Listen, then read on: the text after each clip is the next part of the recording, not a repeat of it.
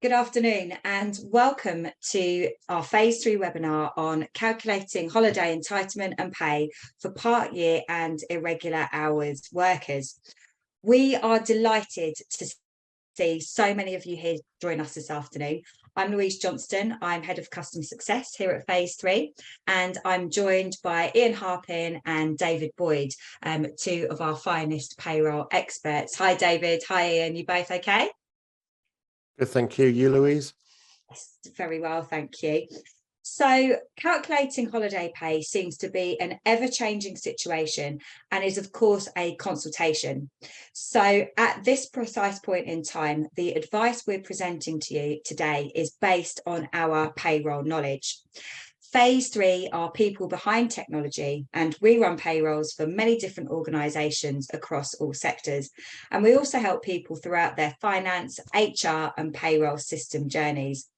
So to that effect, we aren't legal experts, but we are hoping to shed practical and informed advice following the Harpur case, which is very relevant today. Obviously, this webinar is being recorded. So just to let you guys know, if you are watching on catch up, what we're saying today is obviously our understanding as of the 31st of January, but could, of course, change. So last year, the Supreme Court handed down its judgment on the Harpur Trust versus Brazil case. And this was around the calculation of holiday pay and entitlement of a part-year permanent worker on a 0 hours contract. The judgment held that the correct interpretation of the working time regulations is that holiday entitlement for part-year workers should not be prorated so that it's proportionate for the amount of work they actually perform each year.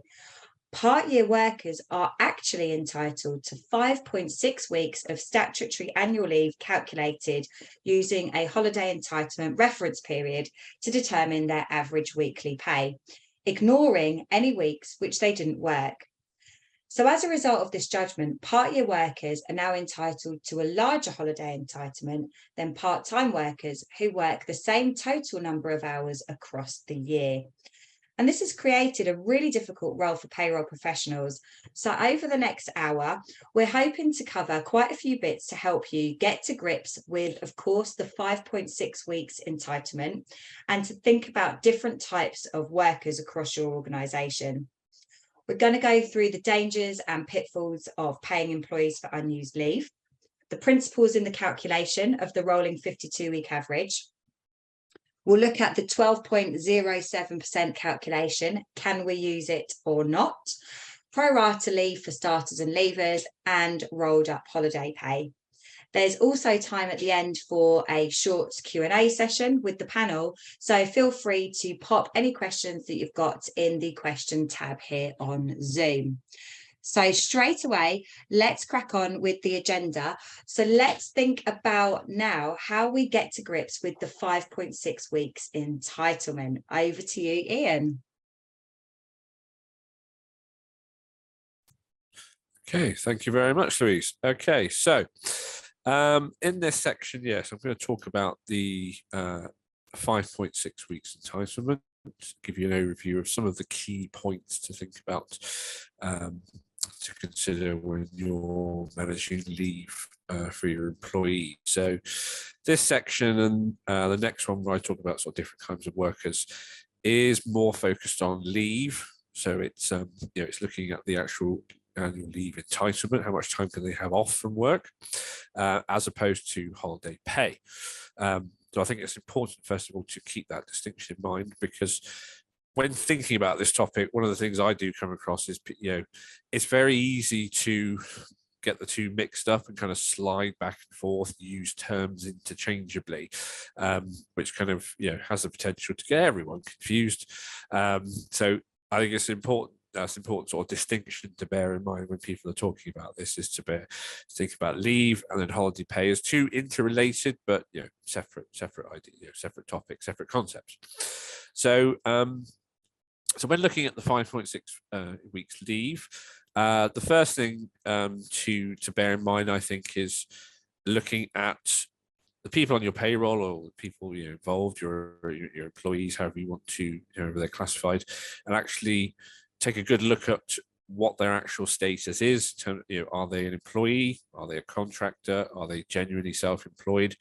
Because the 5.6 weeks entitlement applies to almost all workers, and there is a big, the employment status test is a big topic, which I won't cover in too much detail here because it is just too big. But that's the first exercise I recommend any employer does, is get to grips with all the different types of people on the payroll, or people they're considering as being potentially eligible for this annual leave entitlement, and do a proper exercise to determine, are they a worker, are they an employee, are they a contractor, are they self-employed, and so you can basically get to grips with and make a decent judgment about who is actually entitled to it.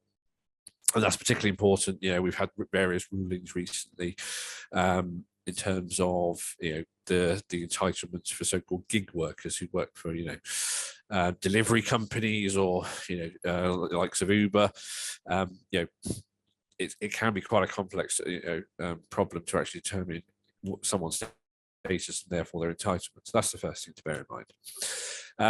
So the 5.6 weeks is defined under the Working Time Regulations 1998, and the primary model, if you like, that I think is the regulations are based on, is someone who works 5 days a week on a fixed day length. So they're your traditional quote unquote full-time worker. So that's the model that's kind of used, and it's used to determine the cap for 5.6 weeks. So what 5.6 weeks looks like in terms of days, because obviously a lot of employees, aren't going to take a full week holiday. You're going to take it in days, so potentially hours as well. So they've provided a figure in there for the maximum. First of all, what a 5.6 weeks entitlement looks like in days, and a cap. So it's 5.6 weeks times 5 days gives you 28 days. And that's the cap. And I think it's important to highlight that and bear it in mind, because that's the kind of model that, certainly I use in my head to then reference against other types of workers.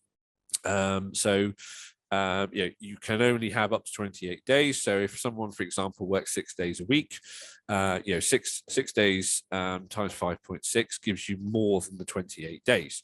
It actually gives you 33.6. So in that instance, the employee working 6 days a week, they'd have their entitlement capped at 28 days. So 5.6 would be a maximum of 28 days.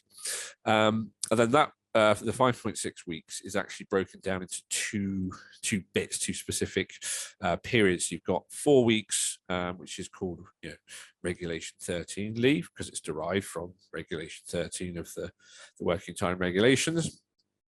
And then you've got Regulation 13A.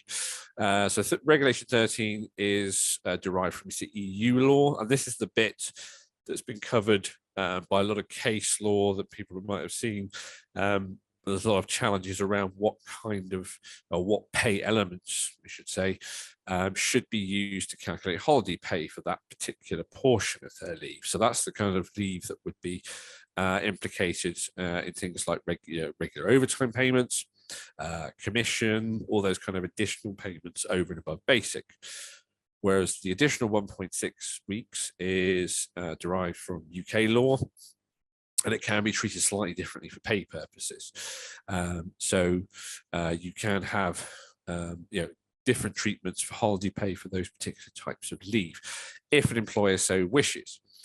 Of course, that does open up questions then for an employer as to how they're going to arrange that. There's practicalities around that, because there's nothing in law that says, you have to use the first 4 weeks of your leave. That's Regulation 13, which you're entitled to enhanced holiday pay, and then the other 1.6. There's nothing defined in law as to how you actually organise that. So, if employers don't want to pay the enhanced bit for the additional 1.6 from UK law leave, they have to decide, well, how are you going to manage that? Do you require your employees to, the first 4 weeks is paid at the enhanced rate, and after that it's not? Or do you do, a split each time on pay, each time you take leave? There is a question there, so that's something employers need to bear in mind. And if they're unsure, best guidance is to take some specific, some legal advice on So that's the 5.6 weeks. I'll explain more about as the next section, giving some examples about how to work it out for different kinds of workers to try and flesh that out a little bit. But the final thing just to say on the 5.6 weeks is around a question that comes up quite a lot is on bank holidays. Are employees entitled, employees and workers, however they're defined, are they actually entitled to bank holidays? Actually, bank holidays off from work, that is. And the simple answer is no. And this is a lot of confusion. They are entitled to the equivalent of, but they are not entitled to that actual day off. You don't have to, it's nothing in the law says you have to have that particular day off. It's a bank holiday, your employer can require you to work, as long as they give you the equivalent of. So this does cause quite a bit of confusion, particularly for employees who work part-time. If someone's a full-time employee, i.e. they work 5 days a week, regular hours, and their employer doesn't require them to work on a bank holiday, they're closed for business, by definition, they're going to have the bank holidays off. But an employee who works maybe 4 days a week, Monday to Thursday, something like that, any bank holiday that falls on a Friday, they don't have that, the right to that as paid leave. They just won't work it, as long as the equivalent pro rata amount is included in their leave to use elsewhere. So this, I think, is particularly important for employers to think about, particularly in terms of what they put in their contracts for employees employees in terms of their actual leave entitlement. If you say it's 20 days plus bank holidays, if there's an extra bank holiday in the year, what are you going to do? Or do you define it something like 20 days plus 8 bank holidays? Or do you define it as, if it's more than that, it's 35 days, including bank holidays? The particular wording will have different implications for you. So that's just something to bear in mind as well, regards bank holidays. So moving on to look at different kinds of workers. Here I was trying to sort of flesh out a bit sort of what I've been talking about in terms of the 5.6 weeks and see how it works in practice. So to start off with a good, like I say, a good model, I think, to begin with, used as a reference point is a full-time worker. So a full-time worker who works 5 days a week and works a fixed length working day. Their their leave entitlement, sorry, get that right. Their leave entitlement is very simple. It's 5.6 weeks. And to convert that into days, you do 5.6 weeks times 5 days equals 28. So that's the first starting point. Then if you've got employees who might work a slightly shorter week, but also work days of fixed length, that's kind of the next easiest one to think about. So there, if you're converting your 5.6 weeks entitlement, which they do have, into an actual days, you just do number of working days times 5.6 weeks. So someone works 4 days a week, 4 times 5.6 gives you 22.4 days. Obviously, bearing in mind they don't have the right to bank holidays as an actual leave. So that's something that using that calculation is kind of built in pro rata, if that makes sense. And that's for those types of employees, it's appropriate to hold your leave entitlement in days or hours. You can do either, basically, depending on circumstances. Next, probably most common working arrangement for people who kind of work a fixed pattern is probably people who work compressed hours, which is obviously quite prevalent these days, as people are entitled now to request flexible working. So they can request that their employer allow them to work maybe a set number of hours over a certain period, maybe a week, but they can work different hours each day. They can do 4 days a week and work 8 hours one day, 7 hours another, 6 and 5, whatever combination they want, they have the right to request that. So that's becoming more and more prevalent. So to get to grips with that, the best guidance is basically to say, rather than thinking about holding annual leave in terms of weeks or days, is to convert it into hours. There's nothing in law or legislation that says you have to do that, but government best practice guidelines do state you want to do that, as a general rule, as a general sort of process to make things easier for you. So there, the process is to, first of all, take their annual leave entitlement in weeks and multiply it by average working days in hours, the length of an average working day. An average working day is derived itself by a sub-calculation, which is hours worked per week divided by days working in a week. So if someone works, 2 days at 8 hours and another 2 days at 7 hours, something like that, that's going to be 30 hours across the week. So if you divide that by 4, during the actual program, I'll actually have this calculation, you get 7.5 hours a day. So then you basically do your number of days times hours per day. So if you've got, say, 22.4 days, if it's a 4-day worker, times 7.5 is going to give you 168 hours, and that would be your annual leave entitlement to use in hours whenever you so wish. So that's the general rule for that one. If you've got someone who works set shifts, which is another quite common method of arranging someone's working pattern, there it can get slightly more complicated if you've got someone who works shifts, but shifts of different length. So if you've got someone who works, say, a shift pattern, they work 2 12-hour shifts and an 2 8-hour shifts in a pattern or something like that.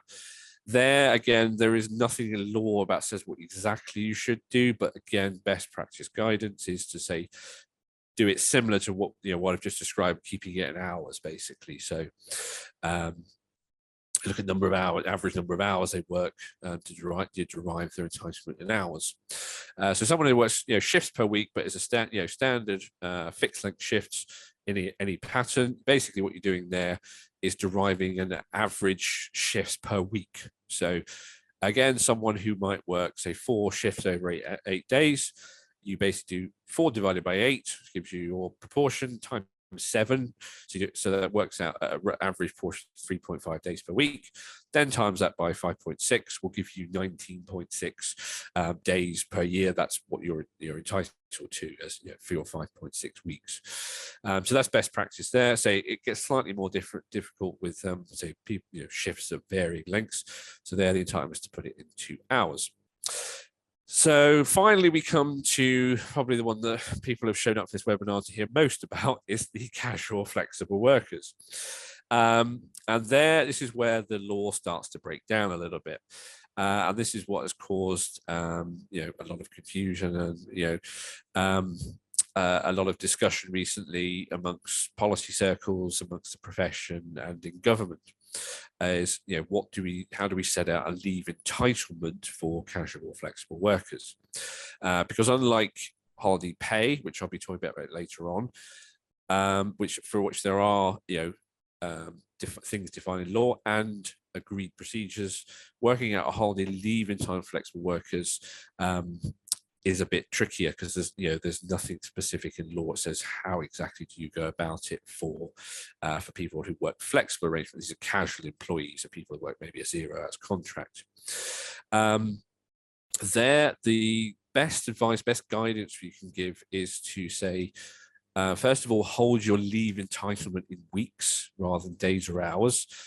Because that's the reference period that's defined for holiday leave entitlement, and that's given by the government. That's defined in legislation, and it's given because the length doesn't vary. Months or years obviously vary in length, whereas weeks doesn't. So you want to hold the leave entitlement in weeks if at all possible. That's the best guidance, really. Above that or beyond that, you need to then think about what reference period are you going to use to calculate leave entitlement for those types of workers. So one method might be if for example, you as an employer require employees to book leave in line with their rota. So you have employees that are rotated on a casual basis, a certain agreed period in advance.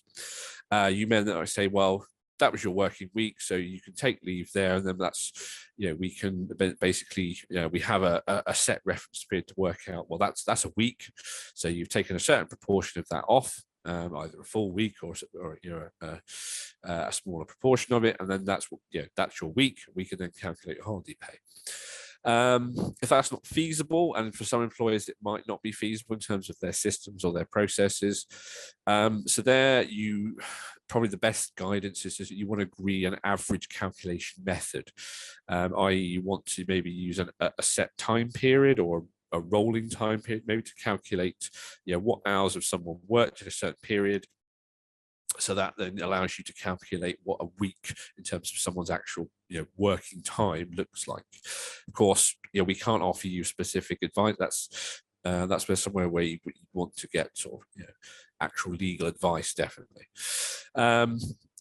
Alternatively, you could look at just looking at leave entitlement in terms of pay. So you can say, well, we don't know exactly what someone's leave entitlement in terms of weeks might look like until they actually decide they want to take some pay. So someone, as a casual worker, might say, this week I wasn't due to work, so I want to take some holiday here. I want to actually be paid some holiday pay. In that instance, the employer is going to need a method to, get and hold the actual date the employee wants to take leave and how long they could, how much pay they want to take. So they might say, well, I'm taking a week's leave.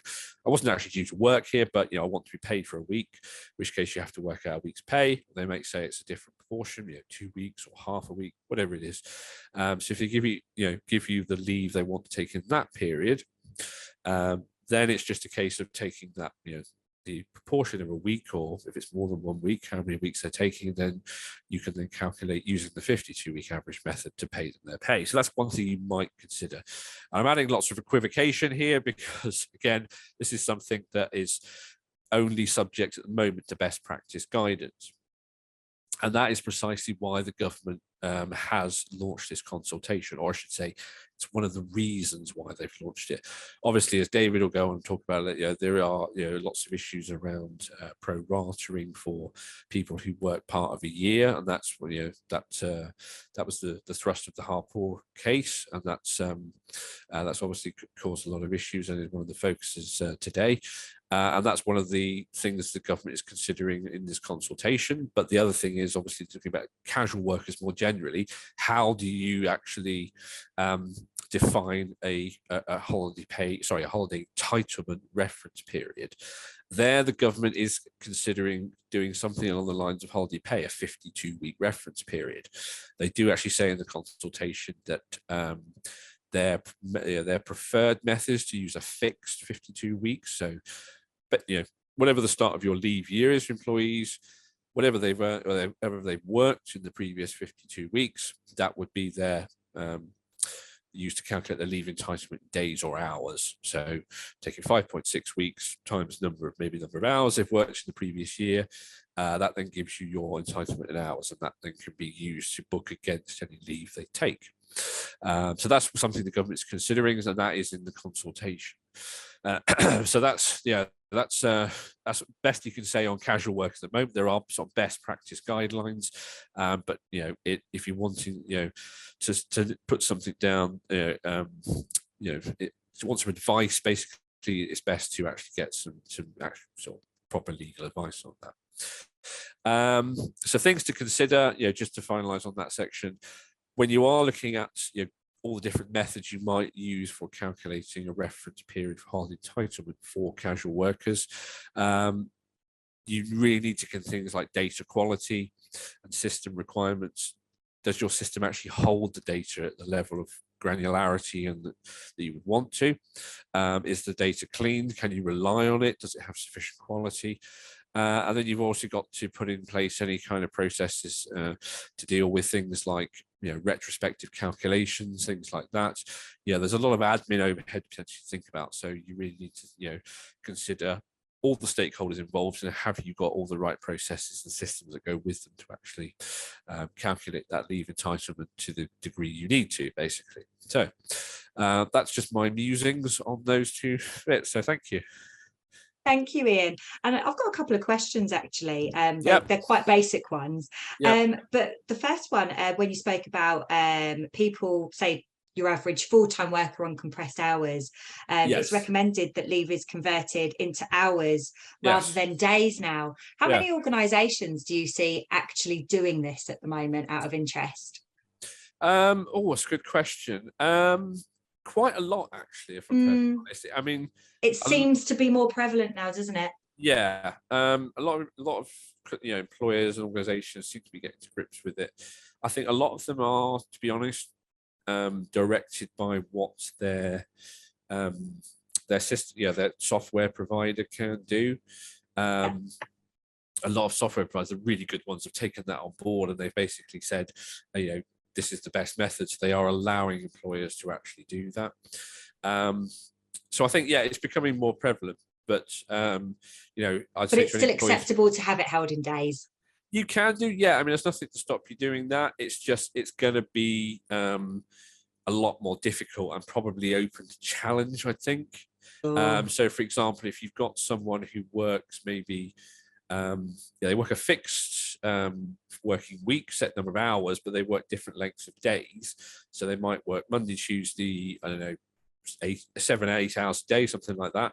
But they might do a couple of shorter days. If they phone up and say, I want to take a day's annual leave, and you're only holding annual leave in days, if they take a full, one of their 7 or 8 hour days off leave, that's 1 day.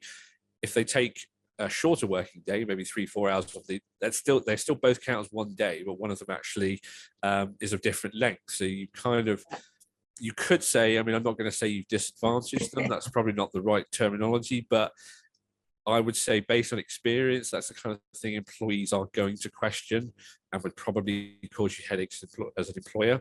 As I say, there's, what I've said is best practice. There's nothing in law that says you have to do one or the other. But, if you hold it in days rather than hours for those kind of workers who work compressed shifts, then, you're laying yourself open maybe to some challenge for employers, for employees, I should say, sorry. But it's at the end of the day, it's your decision as an employer. Thank you very much, Ian. So let's look at now the dangers and pitfalls for paying employees for unused leave. Can you help us with that, David? Thank you, Louise, and hello, everyone. I'm sure all of you and your organisations are administering your holiday effectively. But when it comes to holiday management and the risk of excess leave build-up, prevention is better than cure. Now, adequate holiday planning minimises the risk of too many employees wishing to take leave concurrently or certain employees building up excessive accrued leave. So I just thought we'd go through some of the potential risks that organisations can run into if this is not being administered correctly by the likes of HR or heads of departments. So I think the first one that we can talk about is buying out annual leave. So employers may be tempted to offer cash alternatives in return for giving up annual leave, which could be due to staff shortages, large upcoming projects in the pipeline, or to potentially tack up a buildup of unused accrued leave across the workforce. It's actually unlawful to pay employees in lieu of their minimum statutory leave, except on the likes of termination of employment. You've also got the likes of unused leave, where you're not encouraging employees to take their annual leave and allowing employees to accrue too much holiday and not spread out their holiday over the year, which can be a major issue for employers. Line managers should regularly be reviewing their annual leave balances and reminding employees to take their annual leave so that the balance is taken by the end of the year. Allowing employees to carry over excessive amounts. The general rule is that you should ensure that employees are taking the minimum statutory leave as per the EU Working Time Directive. Otherwise, it will be lost. The exemptions being unable to take leave if you are on statutory leave, so that can be carried forward. But this is all dependent on the terms and conditions of employment contracts and the company policies that you administer.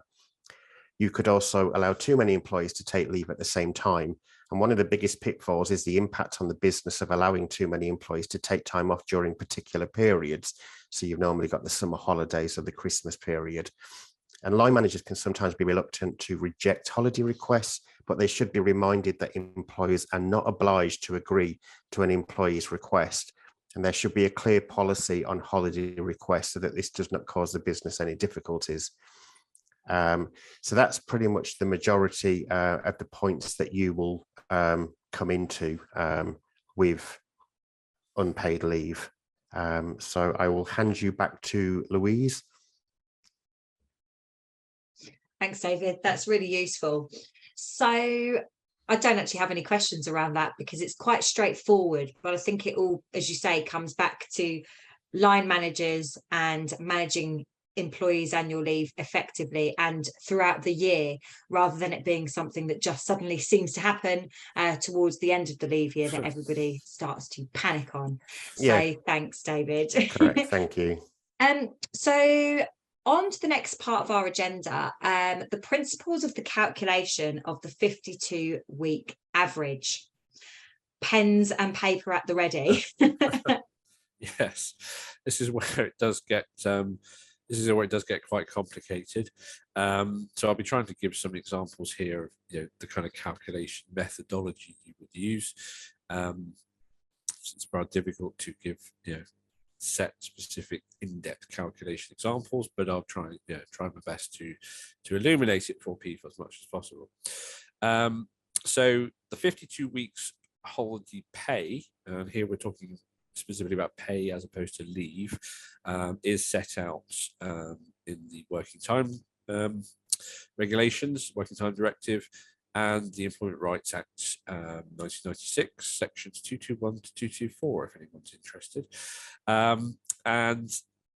So employers are on a bit firmer ground here than for calculating holiday pay using this 52-week average as opposed to the leave entitlement bit. So the basic idea using the 52-week average is to establish each time an employee says, I want to book a leave from a specific date, you are using a agreed reference period that ends just prior to that leave period, goes back 52 weeks, if assuming you have 52 weeks pay, to work out an average week's pay for that employee. So you can then use that accordingly to pay them holiday pay. Now it says in the guidance it's 52 weeks, but employers aren't restricted to that. And what I mean by that is you can go back further. And in some cases, you should be going back further if you come to a week where an employee doesn't work, which is quite likely sometimes for a casual worker. So someone who's on a 0 hours contract, say, they might indeed have weeks where they haven't done any work for you. So if they're on a permanent contract, but they haven't done any work because there's no work available, you need to skip a week and go back further. And there are defined limits on that. So employers only need to go back up to a maximum of 104 weeks. But if an employee doesn't have that length of service, you might have an employee who requests holiday leave who's been with you for less than 52 weeks, in which case, if they've been with you for say 26 weeks, you can use 26 weeks. So the 52 weeks is kind of, it's a name it's given. You should be using 52 weeks if you have 52 weeks of data, consecutive weeks where you've had no breaks in hours worked, but there are ways to deal with that, as I've said. And the 104 weeks is put in place, as I said, to allow you to go back further, which you should be doing if you've got any weeks where the employee has done no work. For example, if they are on statutory leave and they're not actually doing any work for you, you should basically go back a bit further, go back to the next week. If there's work in that week, you use that. If not, just keep going back until you find the next week. So that's your best practice there. Once you reach 104 weeks, if you get that far, assuming you do, the number of total weeks worked, these are weeks where some work has actually taken place. That is your total number of weeks to look at in terms of then looking at what pay did they receive in those periods. And here, looking at an actual, looking at a week in particular, what does a week mean? Again, the Employment Rights Act 1996 does define a holiday reference period. So that is defined for us. And it's basically starting on or ending, I should say, which, depending on the way you're thinking about it, ending the last whole week on or before the first day of leave. So there's a couple of things in there. When someone is requesting holiday and then the pay to go along with it, it has to be from a specific date. Someone can't just phone up and say, well, shouldn't be phoning up and saying, I just want a week's holiday pay, because if they are a worker where they have varying pay and hours, you're going to need to do this average calculation.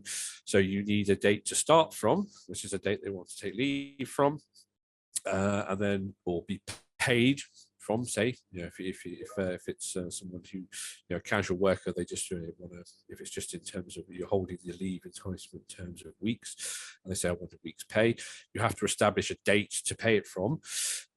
So once you have that, you can then work out where the last 4 weekends and then go back to 52 weeks. And a week is actually defined in terms of its start and end period as beginning on a Sunday running through to a Saturday. So that is generally the week reference period that employers should be using. The only exception to that would be, and there is an exception, if an employee is paid by reference to a week. So that's their pay reference period. So if an employee is paid, for example, midweek to midweek, that's their reference period, you can use that. If not, you should be using the week as it's defined in legislation, say Sunday to Saturday. So that's quite clear. That's quite easy to follow. And that's, again, it's used in legislation, that period, because they say it's fixed length, so it doesn't vary as months or years do. So that's particularly important for employees who say with no fixed hours, your casual 0 hours employees. So how then do we work out holiday pay? Well, here you have to, first of all, think about your actual payroll reference period, how you're actually paying people. So I suspect probably most employees, well, according to statistics, most employees are going to be paid monthly.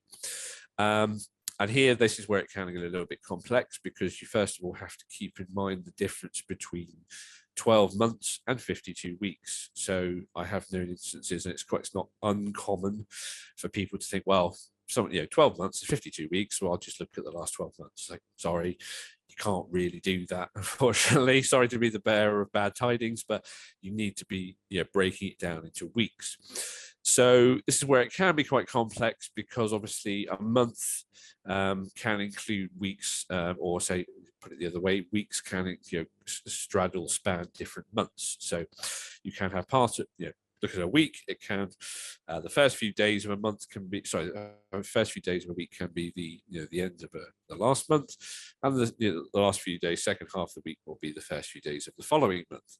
So there you have to look at what hours and what pay was actually achieved or paid out for each particular month, and then attribute it to, map it to different weeks. So for example, and the kind of basic calculation that's given is to look at someone's monthly pay. So if you're paying them in a month with reference to hours worked, work done in that month. So if in the month of March they earned £1,850, they worked 170 hours, the first thing to do is divide first number by the second. That gives you an average hourly rate of pay of £10.88 for March. If in April they then did 190 hours work, for example, and they earned £2,350, just for argument's sake, gives you an average hourly rate of £12.37. If you then have a week that kind of straddles them, you basically then have to look at, for each day, each hours worked on each day, and then look at that date, that day, which month does it fall into, to grab your hourly rate. So number of hours worked times hourly rate gives you your pay for that day, and then you basically add all those up, and that gives you your average pay for that week. So for example, the example I've just given, if you did 20 hours, so for example, £10.88 gives you £217.60. 20 hours at £12.37 gives you £247.40. So total average pay for that week is going to be £465. And you're going to do the kind of similar thing for each week. So you're basically looking at each week, what dates are in that week, so break it down into days. Look at the month that day falls into, go away to find your average hourly rate for that month, times it by the number of hours, and then just add all those up to get your weekly pay. And then you're basically taking all the weeks, adding the total pay up for all those weeks, and then dividing it by the number of weeks you have. So if you have a full 52, you would divide it by 52. If you have less, divide it by that number. So if you had 19,500 was your total pay across those 52 weeks, divide by 52 gives you £375 average pay. that's what you should be using when you then come to pay holiday payout for someone. And if they've decided that they want to take their worker who worked 5 days, they want to take 2 days of leave, that's 0.4 of a week, gives you £150. So that's the kind of calculation you should be doing. It becomes a bit difficult for employers. I think it's where it becomes more in depth and causing some headaches in terms of actually managing the data, is where you have employees who are paid in a month. They might be paid basic pay for that month, but then other elements aren't quite paid in line with that in terms of payroll cutoffs. It's quite common for employers to pay something like overtime in arrears just because it needs to go through an approval process and then be actually exported into a payroll system. So it might be common to pay it the previous month. The best advice there is you should be looking to pay holiday pay in the pay reference period it falls into in terms of when the leave is taken. So if someone does take leave in March, you should be including it in March payroll as far as possible. However, it is acceptable for employers to make a retrospective calculation if needs be. If they have, for example, overtime that was worked in March, it should be including March holiday pay and leave if they're taking leave in March, but isn't actually paid until April. You can go back and recalculate if that's something that is required. But of course, that does add an extra workload for employers. So you really need to be thinking about, again, does your software allow you to handle that? How easy is it to do a retrospection? Are you holding the right data? What format it is in? How easy to do those calculations? So if you're not currently thinking about that, best advice is you really should be, and putting in plans to actually manage that. And if you've got workers who are paid on a different reference period, it's the same kind of calculation. You're basically looking at the hours of work actually done in a specific week and what were they actually paid for it to work out an average. So it's always about what work is done when, not when it's paid. When did you do it and what did they get paid for it? And perhaps the final thing to talk about in terms of that 52-week average is, which was in my notes, apologies for the first video, I've actually forgotten. There was a bit I was going to add in there. I'll come back to that. Sorry. Anyway, for now, that's basically the 52 weeks. Okay. So. Thank you, Ian. I mean, Okay. gosh, it's just an absolute minefield. Like I say, but sometimes it does come. I know we're a tech company, probably shouldn't say pen and paper at the ready, but pen, paper, Excel spreadsheet, and of course the limitations of people's technology. So thank you very much. Where does that leave things then with the 12.07% calc? Can we use it or not?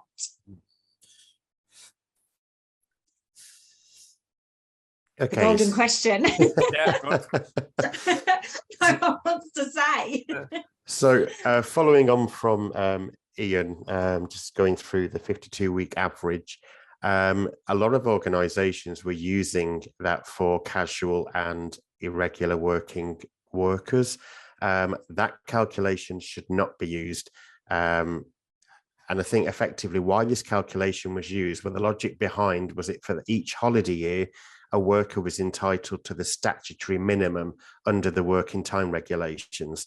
And when calculating that, it allowed for the fact that those 5.6 weeks of the year will not be worked. So the equation was 52 weeks less the 5.6 weeks is 46.4 weeks. So you do 5.6 divide over the 46.4, and that would give you the 12.07%, which is what a lot of organizations have been using for quite some time. And again, as I said previously, that should not be used for those types of workers. Average holiday pay must be used for those types of workers. And I think it was just because the majority of employers have tended to use this method because it gave a practical rule of thumb for those to follow when calculating holiday accruals for the likes of the casual or variable hours staff. Even the likes of ACAS accepted this methodology. However, they've since withdrawn that acceptance due to the legislative changes. Now, that then leads me on to rolled up holiday pay, because again, for those types of workers, and I think a lot of agencies and organizations have used that methodology because I think it was just the easiest way in order to give them that form of calculation on top of their hourly rate. So there even is, and I'm working with some clients that still use roll-up holiday pay, and we're going through their data to try and unravel what they've been doing so that we can actually get them using the latest legislation. So in essence, for those businesses that were using rolled up holiday pay, for every hour worked, they gain an additional sum, which is designed to compensate you in advance for your holidays. So in effect, you don't get any pay when you take holidays, as the argument is you've already been paid for it. So holiday pay should be paid for the time when the annual leave is taken. As I say, an employer should not include an amount for holiday pay in the hourly rate. The other thing to be mindful of is that organisations should check the contracts that they have issued to their staff and just review them, and potentially they may need to be amended, because it could be that there's a specific calculation that's mentioned in those contracts, or there's a specific policy.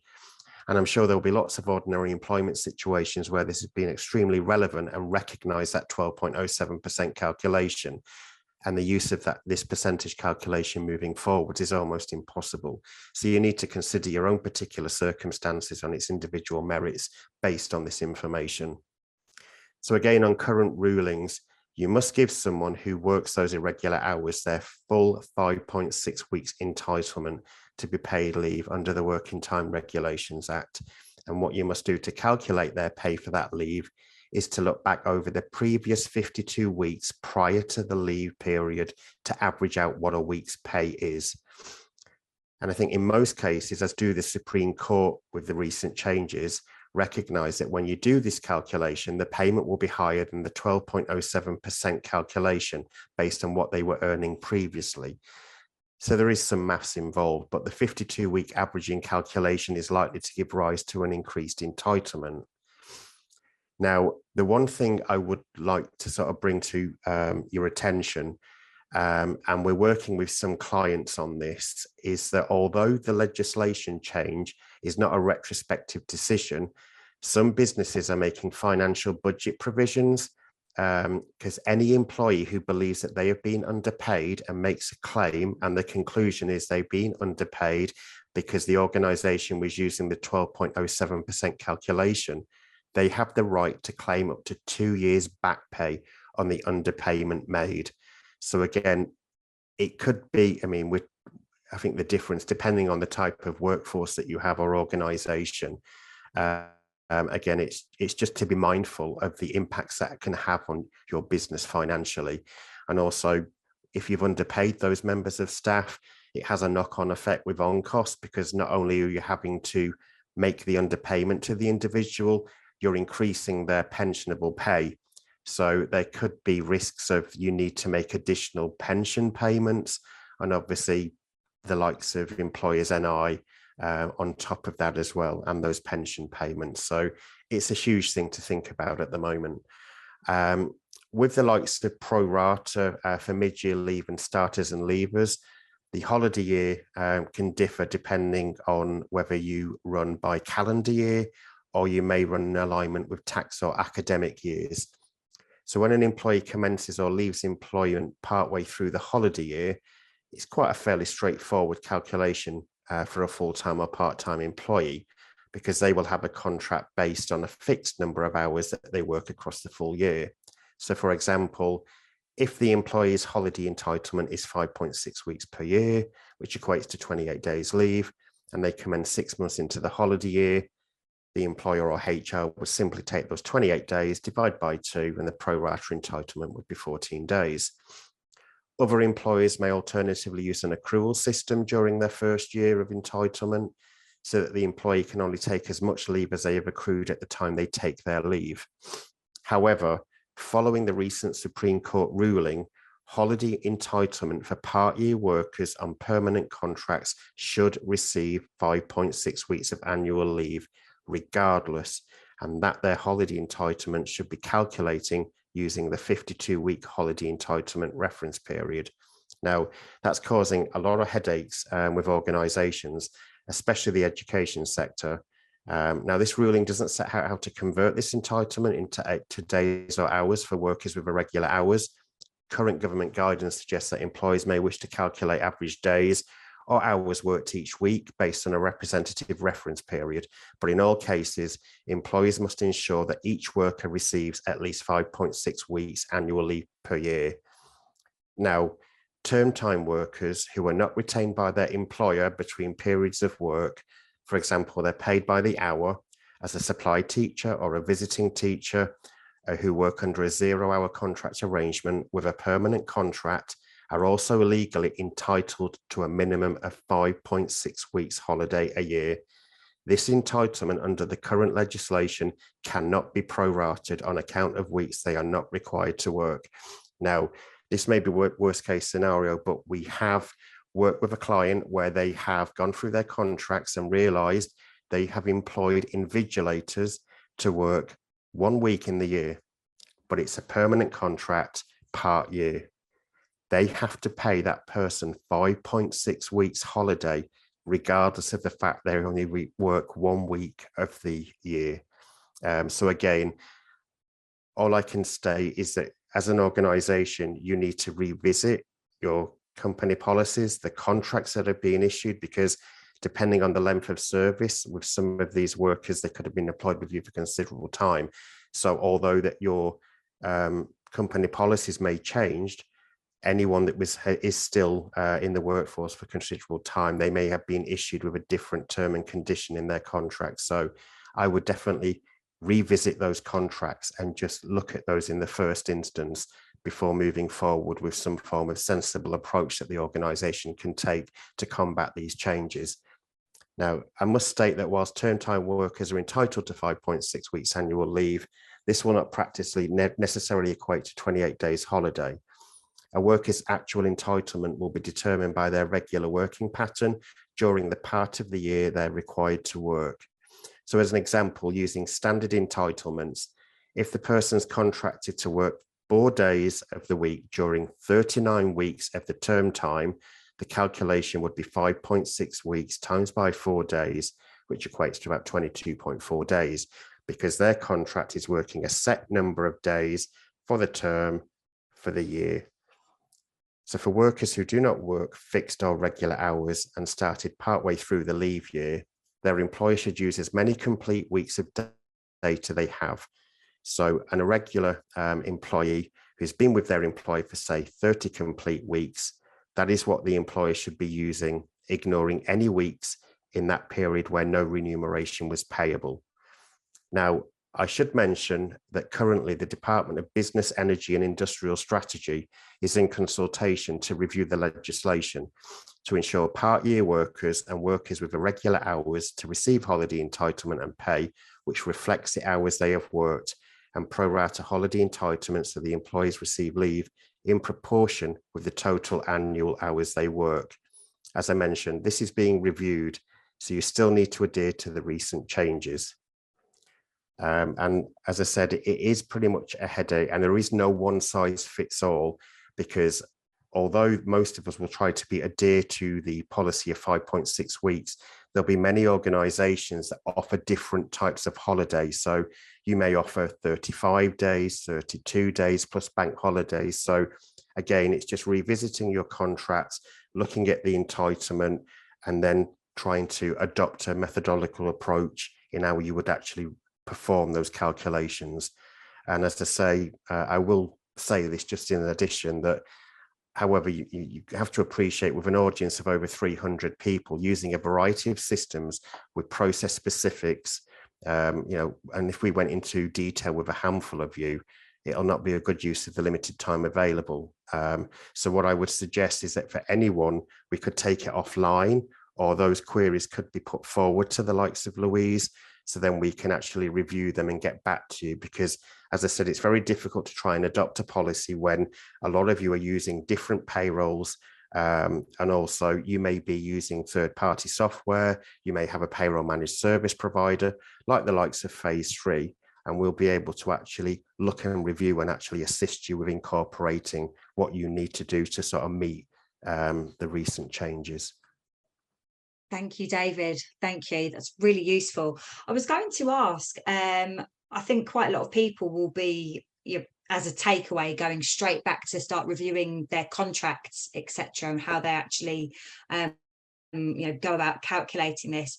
Is there a time limit for employers to start doing this review and communicating back to their employees, or is it a matter of waiting for these queries to crop up, and then is there a time limit from when you've had your leave query to when you need to respond? I think it's the best endeavours approach. So organisations, because this legislation has been changed and the Supreme Court rulings have actually recognised this change, employers need to act on this. So, and I think as long as you are in preparation and in consultation of making these changes, because again, it depends on the organisation. As I said, a lot of my the clients I work with are in the educational sector, and they have quite archaic processes where they have to go through council to get things approved before then they can actually go into consultation with their workforce. So as long as, you know, they're actually in that process of doing that, then it covers them, because they're recognizing the changes and they're trying to adopt that into their system. Great, thank you. So it's now time to go through the Q&A, and as David said, it is very difficult to answer very specific questions, as there's so many nuances across different organisations and how you pay your staff. But we did have one question in advance, which obviously we've spoken about. And that question was from Fran regarding the calculation of holiday pay for flexible workers. It's a hospitality event worker on a 0-hour contract and typically working on an ad hoc or per event basis, which can be less than 26 weeks across the calendar year. So continuing with a 0-hour contract is preferred, as to employ on a per gig arrangement is not business effective. So what would the insight be on a fair and cost effective method to calculate holiday pay under those circumstances? I'll field that one if you like, or if David, if you want to go, it's up to you. And this will be the one on the day that I'll ask. I won't ask any others, because and I will say that because this one came in advance, we'll do it. And then looking at the time, we're pretty spot on actually, so we'll do this one question and then finish, but then there's no surprises. So what's the answer to the question? well, I was just going to say, because again, it all depends on the contract and how that's written. So they'd need to be very clear on that, because if it doesn't mention anything about that they have to work a specific number of weeks in the year and it's part year, then you'd have to adopt the average holiday pay at the point that leave's taken. So you'd look back from that pay reference period in the period that the leave is being taken and count back 52 weeks, ignoring any weeks they've not received any remuneration. I think one of the things I'm kind of hearing in the question, I would be wrong, from the person who submitted it, is it almost seems to be concerned that because someone doesn't actually work 52 weeks, they can't use the 52-week average rolling period. That's not the case. As long as someone is on a permanent contract, then you can go back, say, up to a maximum of 104. But if they don't tend to work every week of the year, and they work 26 weeks in a year, and even if they work less, if they work 15, 20 weeks in a year, and you end up at the end of the 104 weeks you've gone back, 40 weeks work, you can use that. So each week they have worked, look at the hours and pay you back for that week, ignore anything where there's no remuneration payable, no work done, and just use that. So that's entirely acceptable. Great. Thank you very much, guys. Well, I hope that everybody found this session useful. As I say, please do feel free to contact me if you've got any specific questions regarding the calculation of holiday entitlement or pay. And we hope to see you again at one of our webinars very soon. Take care, everybody.